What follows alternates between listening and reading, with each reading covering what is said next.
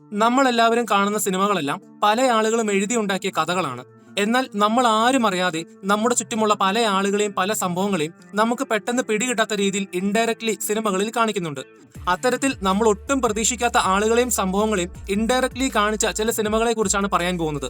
കഴിഞ്ഞ വീഡിയോയിൽ Noel Sam George ഇട്ട കമന്റാണ് ഈ ഒരു വീഡിയോ ചെയ്യാൻ പ്രേരിപ്പിച്ച ഒരു ഘടകം.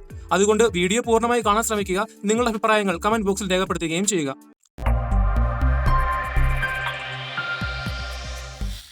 പ്രജ.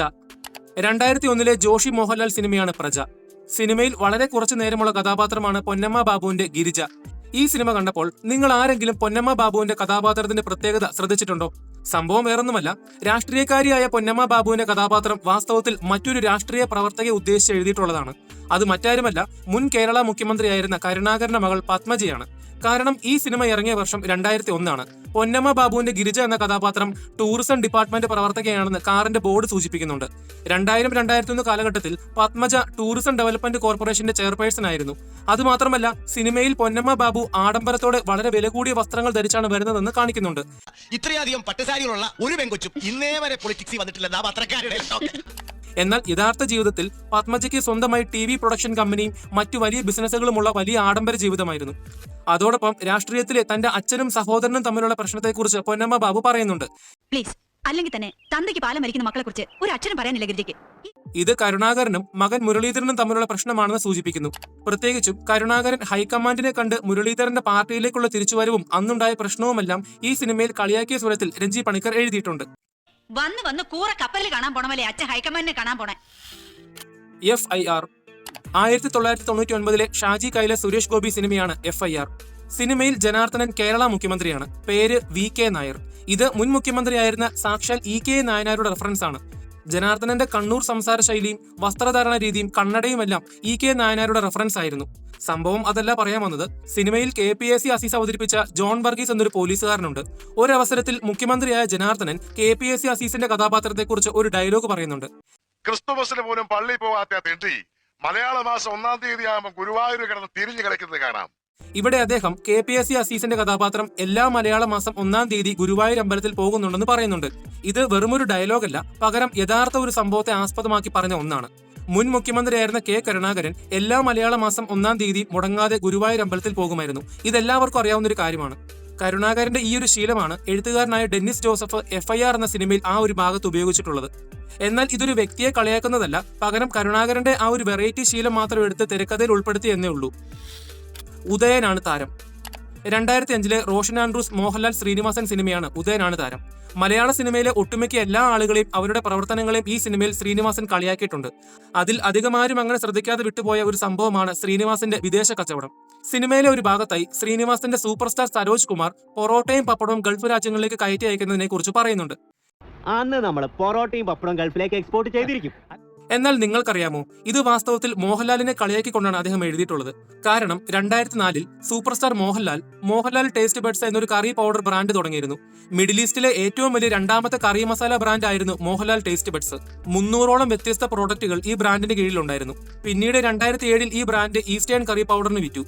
അങ്ങനെ 2004 തുടങ്ങിയ മോഹൻലാൽ ടേസ്റ്റ് ബഡ്സ് എന്ന ഈ ഒരു ബ്രാൻഡിനെയാണ് 2005 പുറത്തിറങ്ങിയ ഉദയനാണ് താരത്തിലെ ആ ഒരു സീനിലൂടെ ശ്രീനിവാസൻ കളിയാക്കിയത്. പക്ഷേ ഇതിലെ ഏറ്റവും വലിയൊരു പ്രത്യേകത എന്താണെന്ന് വെച്ചാൽ, ഇത്രയൊക്കെ കളിയാക്കലുകൾ ഉണ്ടായിട്ടും ആ സിനിമയിൽ തന്നെ നായകനായി മോഹൻലാൽ അഭിനയിച്ചു എന്നുള്ളതാണ്. അതിനൊരു അവാർഡ് കൊടുത്തേ പറ്റൂ. ചാലക്കുടിക്കാരൻ ചങ്ങാതി. കലാഭവൻ മണിയുടെ ജീവിതം കാണിക്കുന്ന 2018 പുറത്തിറങ്ങിയ വിനയൻ സിനിമയാണ് ചാലക്കുടിക്കാരൻ ചങ്ങാതി. സിനിമയിൽ ജോജു ജോർജിന്റെ കഥാപാത്രം ഒരു സൂപ്പർ സ്റ്റാർ ആണ്. സൗന്ദര്യത്തെ ഒരുപാട് സ്നേഹിക്കുന്ന ജോജുവിന്റെ ആ ഒരു സൂപ്പർ സ്റ്റാർ മറ്റാരുമല്ല, സാക്ഷാൽ മെഗാസ്റ്റാർ മമ്മൂട്ടിയാണ്. സിനിമയിലെ ഒരു ഭാഗത്തായി ജോജുവിന്റെ സൂപ്പർ സ്റ്റാറിന് ധരിക്കാനായി കോസ്റ്റ്യൂം കൊടുക്കുമ്പോൾ ആ വസ്ത്രത്തിന്റെ ബ്രാൻഡിനെ വിലയും ചൊല്ലി തനിക്കത് വേണ്ട എന്ന് പറയുന്നതായി കാണാൻ കഴിയും.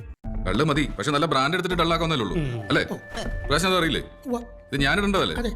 അതോടൊപ്പം ജോജുവിന്റെ ഈ സൂപ്പർ സ്റ്റാർ എല്ലാ കോസ്റ്റ്യൂമിലും ഇടപെട്ട് കുറ്റം പറയുന്നതായി സിനിമയിൽ പലയിടത്തായി കാണിക്കുന്നുണ്ട്. അത് മാത്രമല്ല, അത് ആ കാസ്റ്റിംഗ് ശരിയല്ല ജോണേ. എന്നാൽ ഇത് യഥാർത്ഥത്തിൽ നടന്ന ഒരു സംഭവത്തിന്റെ റീക്രിയേഷൻ ആണ്. വർഷം 2000 ലോഹിതദാസിന്റെ അരയന്നങ്ങളുടെ വീടെന്ന സിനിമയിൽ മമ്മൂട്ടി അഭിനയിക്കാൻ വരുന്നു. ആ സമയത്ത് മമ്മൂട്ടിക്ക് ധരിക്കാൻ കൊടുത്ത കോസ്റ്റ്യൂമിൽ ഇതേ ബ്രാൻഡിന്റെയും വിലയുടെയും പേരിൽ കുറ്റം പറഞ്ഞ് മമ്മൂട്ടി കോസ്റ്റ്യൂം പലതവണ മാറ്റിയ ഒരു സംഭവം ഉണ്ടായിട്ടുണ്ട്. ഇതിനെക്കുറിച്ച് ആ ഒരു കോസ്റ്റ്യൂം ഡിസൈനർ പല ഇന്റർവ്യൂകളിൽ പറഞ്ഞിട്ടുണ്ട്. മറ്റുള്ള കൂടെ അഭിനയിക്കുന്ന ആർട്ടിസ്റ്റുകളുടെ കോസ്റ്റ്യൂം, ഓർണമെന്റ്സ് എല്ലാം തലവയ്ക്കും. അങ്ങനെ ആ ഒരു സംഭവമാണ് വളരെ രസകരമായി ചാലക്കുടിക്കാരൻ ചങ്ങാതി എന്ന സിനിമയിൽ കാണിച്ചിട്ടുള്ളത്. ഈ കാര്യം സിനിമ കണ്ടപ്പോൾ നിങ്ങൾ ശ്രദ്ധിച്ചിട്ടുണ്ടെങ്കിൽ കമന്റ് ബോക്സിൽ രേഖപ്പെടുത്തുക. The king. 1995 ഷാജി കൈലാസ് മമ്മൂട്ടി സിനിമയാണ് ദ കിങ്. സിനിമയിൽ മമ്മൂട്ടി ജോസഫ് അലക്സ് എന്നൊരു കളക്ടറാണ്. സിനിമയുടെ പേര് പോലെ തന്നെ ഒരൊറ്റയാൾ പോരാട്ടം തന്നെയായിരുന്നു മമ്മൂട്ടി ഈ സിനിമയിൽ. ഒരു ജില്ലാ കളക്ടർക്ക് ചെയ്യാൻ കഴിയുന്നതിനപ്പുറമായി നിയമ ഭേദഗതികളെ വെല്ലുവിളിച്ചുകൊണ്ടാണ് മമ്മൂട്ടിയുടെ ജോസഫ് അലക്സ് എന്ന ഈ ഒരു കഥാപാത്രം സിനിമയിൽ പെർഫോമൻസ് ചെയ്യുന്നത്. ലോജിക്കലി ചിന്തിക്കുമ്പോൾ ഒരു കളക്ടർക്ക് ഇത്രയും വലിയ കാര്യങ്ങൾ ഒറ്റയ്ക്ക് ധൈര്യത്തോടെ ചെയ്യാൻ കഴിയുമോ എന്ന് നമ്മൾ ചിന്തിച്ചേക്കാം. എന്നാൽ നിങ്ങൾക്ക് എത്ര പേർക്കറിയാം മമ്മൂട്ടിയുടെ ജോസഫ് അലക്സ് എന്ന ഈ ഒരു IAS കഥാപാത്രത്തിന് രൂപം കൊടുക്കാൻ സഹായിച്ചത് മലയാളിയായ ഒരു കളക്ടറാണ്. അത് മറ്റാരുമല്ല, സാക്ഷാൽ അൽഫോൺസ് കണ്ണന്താനം IAS ആണ്. അൽഫോൺസ് കണ്ണന്താനം കോട്ടയത്തെ ജില്ലാ കളക്ടറായിരുന്നു. എന്നാൽ 1990 കാലഘട്ടങ്ങളിൽ അൽഫോൺസ് കണ്ണന്താനം IAS ഡൽഹി ഡെവലപ്മെന്റ് അതോറിറ്റിയുടെ ദേശീയ കമ്മീഷനിലെ ചെയർമാനായിരുന്നു. ആ സമയത്ത് അദ്ദേഹം ഒറ്റയ്ക്ക് അനധികൃതമായി ഡൽഹിയിൽ കെട്ടിപ്പൊക്കിയ 14,310 ഇല്ലീഗൽ ബിൽഡിംഗുകൾ പൊളിച്ചു കളഞ്ഞിരുന്നു. അങ്ങനെ 10,000 കോടിയുടെ ലാൻഡ് അദ്ദേഹം വീണ്ടെടുത്തു. അതുകൊണ്ട് അദ്ദേഹം ഇന്ത്യയിൽ ദ ഡിമോളിഷൻ മാൻ എന്ന പേരിലാണ് അന്ന് മുതൽ അറിയപ്പെട്ടിരുന്നത്. Thousands of acres. Have a very simple rule. We will take on the biggest mafia leader first.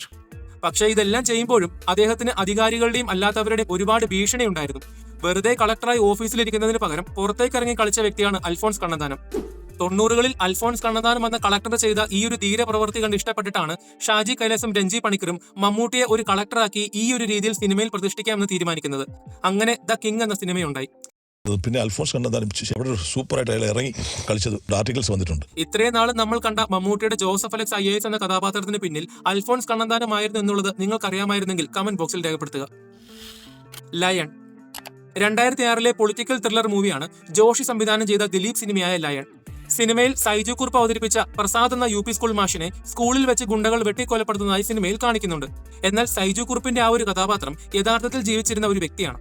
1999 Kannur ജില്ലയിലെ കൂത്തുപറമ്പിനടുത്തുള്ള മോക്കേരി ഈസ്റ്റ് UP സ്കൂൾ അധ്യാപകനായിരുന്നു ജയകൃഷ്ണൻ മാസ്റ്റർ. രാഷ്ട്രീയ കാരണങ്ങളാൽ അദ്ദേഹത്തെ 1999 ഡിസംബർ 1 അദ്ദേഹം പഠിപ്പിച്ചുകൊണ്ടിരുന്ന സ്കൂളിനകത്ത് വെച്ച് ഗുണ്ടകൾ നിഷ്ഠൂരം കൊലപ്പെടുത്തുകയായിരുന്നു ചെയ്തത്. അങ്ങനെ ജയകൃഷ്ണൻ മാസ്റ്ററുടെ ജീവിതത്തിൽ നടന്ന സംഭവമാണ് സിനിമയിൽ സൈജു കുറുപ്പന്റെ കഥാപാത്രത്തിലൂടെ കാണിക്കുന്നത്. ഒരു രാഷ്ട്രീയ സിനിമ എന്ന രീതിയിൽ ലയണിൽ ആ ഒരു കഥാപാത്രത്തിനെ പ്ലേസ് ചെയ്തത് കൃത്യമായ രീതിയിൽ തന്നെയായിരുന്നു. ഓഗസ്റ്റ് 15. 1988 ഓഗസ്റ്റ് 1 മമ്മൂട്ടിയുടെ കഥാപാത്രത്തിന്റെ സ്പിൻ ഓഫ് ആണ് 2011 ഷാജി കൈലാസ് സിനിമയായ ഓഗസ്റ്റ് 15. സിനിമയിൽ മുഖ്യമന്ത്രിയായ നെടുമുടി വേണുവിന്റെ ജീവന് പ്രൊട്ടക്ഷൻ കൊടുക്കുകയാണ് മമ്മൂട്ടി. മുഖ്യമന്ത്രിയായ നെടുമുടി വേണുവിന്റെ പേര് VG സദാനന്ദൻ എന്നാണ്. ഇത് ആരെയാ ഉദ്ദേശിച്ചതെന്ന് പ്രത്യേകിച്ച് പറയേണ്ട ആവശ്യമില്ലല്ലോ. VG സദാനന്ദൻ സാക്ഷാൽ VS അച്യുതാനന്ദൻ തന്നെയാണ്. അതുമാത്രമല്ല നെടുമുടി വേണുവിന്റെ വസ്ത്രധാരണം, ബോഡി ലാംഗ്വേജ് ഒക്കെ ശ്രദ്ധിച്ചാൽ കറക്റ്റ് VS തന്നെയാണ്. VS രാവിലെ നടക്കാൻ കള്ളിമുണ്ടെടുത്ത് പോകുന്നതെല്ലാം കൃത്യമായി സിനിമയിൽ നെടുമുടി വേണു അനുകരിക്കുന്നുണ്ട്. അതോടൊപ്പം സിനിമയിലെ മറ്റൊരു കഥാപാത്രമാണ് സായികുമാറിന്റെ സുഭാഷ് എന്ന പാർട്ടി സെക്രട്ടറി. അദ്ദേഹത്തിന്റെ സംസാര ശൈലിയും തല കുനിച്ചിട്ടുള്ള നടത്തവുമെല്ലാം അന്നത്തെ പാർട്ടി സെക്രട്ടറി ആയിരുന്ന പിണറായി വിജയനെ ഓർമ്മിപ്പിക്കും വിധമാണ്. ആ സമയത്ത് VSഉം പിണറായിയും തമ്മിലുള്ള ചെറിയ അഭിപ്രായ വ്യത്യാസങ്ങളും മറ്റു പ്രശ്നങ്ങളുമെല്ലാം സിനിമയിൽ പറയാതെ പറഞ്ഞു പോകുന്നുണ്ട്. രാക്ഷസ രാജാവ്. 2001 വിനയൻ സിനിമയാണ് രാക്ഷസ രാജാവ്. സിനിമയിലെ കൊച്ചിൻ ഹനീഫ അവതരിപ്പിച്ച ആറ്റുവ ആന്റണിയുടെ കുടുംബത്തിൽ 6 പേരെ ക്രൂരമായി കൂട്ടക്കൊലപാതകം ചെയ്യുന്നതായി കാണിക്കുന്നുണ്ട്. ഇത് ചെയ്തത് അവരുടെ കുടുംബ സുഹൃത്തായ കലാഭവൻ മണിയുടെ ഗുണശേഖരൻ എന്ന കഥാപാത്രമാണെന്നും കാണിക്കുന്നുണ്ട്. എന്നാൽ സിനിമയിൽ കാണിക്കുന്ന ഈ ഒരു സംഭവം വാസ്തവത്തിൽ കേരളത്തിൽ നടന്ന ഒരു കൊലപാതകത്തിന്റെ റീക്രിയേഷൻ ആണ്. സിനിമയിൽ കാണിക്കുന്ന ആറ്റുവ കൂട്ടക്കൊല വാസ്തവത്തിൽ 2001 ആലുവ കൂട്ടക്കൊലയാണ്. ആലുവയിലെ ധനികനായ അഗസ്റ്റിൻ മാഞ്ഞൂരാനെയും പ്രായമായ അമ്മയെയും ഭാര്യയെയും മക്കളെയും ഉൾപ്പെടെ 6 പേരെ നിഷ്ഠൂരമായി കൊലപ്പെടുത്തിയത് അവരുടെ തന്നെ കുടുംബബന്ധുവായ ആന്റണി മാഞ്ഞൂരാനാണ്. എന്നാൽ സിനിമയിലേക്ക് വരുമ്പോൾ കൊച്ചിൻ ഹനീഫയുടെ കുടുംബത്തിലെ 6 പേരെ തന്നെയാണ് വില്ലനായ കലാഭവൻ മണി കൂട്ടക്കൊല ചെയ്യുന്നത്. ആലുവ കൂട്ടക്കൊല സംഭവിച്ച അതേ വർഷം തന്നെയാണ് ഈ സിനിമ അവർ പുറത്തിറക്കിയതും. എന്തൊക്കെയാണെങ്കിലും രാക്ഷസ രാജാവ് ബ്ലോക്ക് ബസ്റ്ററായി തിയേറ്ററിൽ 100 ദിവസം ഓടുകയും 2 ഭാഷകളിലേക്ക് ഡബ് ചെയ്ത് പോവുകയും ചെയ്തിരുന്നു. വീഡിയോ നിങ്ങൾക്ക് ഇഷ്ടപ്പെട്ടെങ്കിൽ ചാനൽ സബ്സ്ക്രൈബ് ചെയ്യുന്ന കാര്യം ഒന്ന് പരിഗണിക്കുക. അതോടൊപ്പം നിങ്ങളുടെ വിലയേറെ അഭിപ്രായങ്ങൾ കമന്റ് ബോക്സിൽ രേഖപ്പെടുത്തുക. അപ്പോൾ അടുത്തൊരു വീഡിയോയുമായി വരുന്നത് വരെ ബൈ.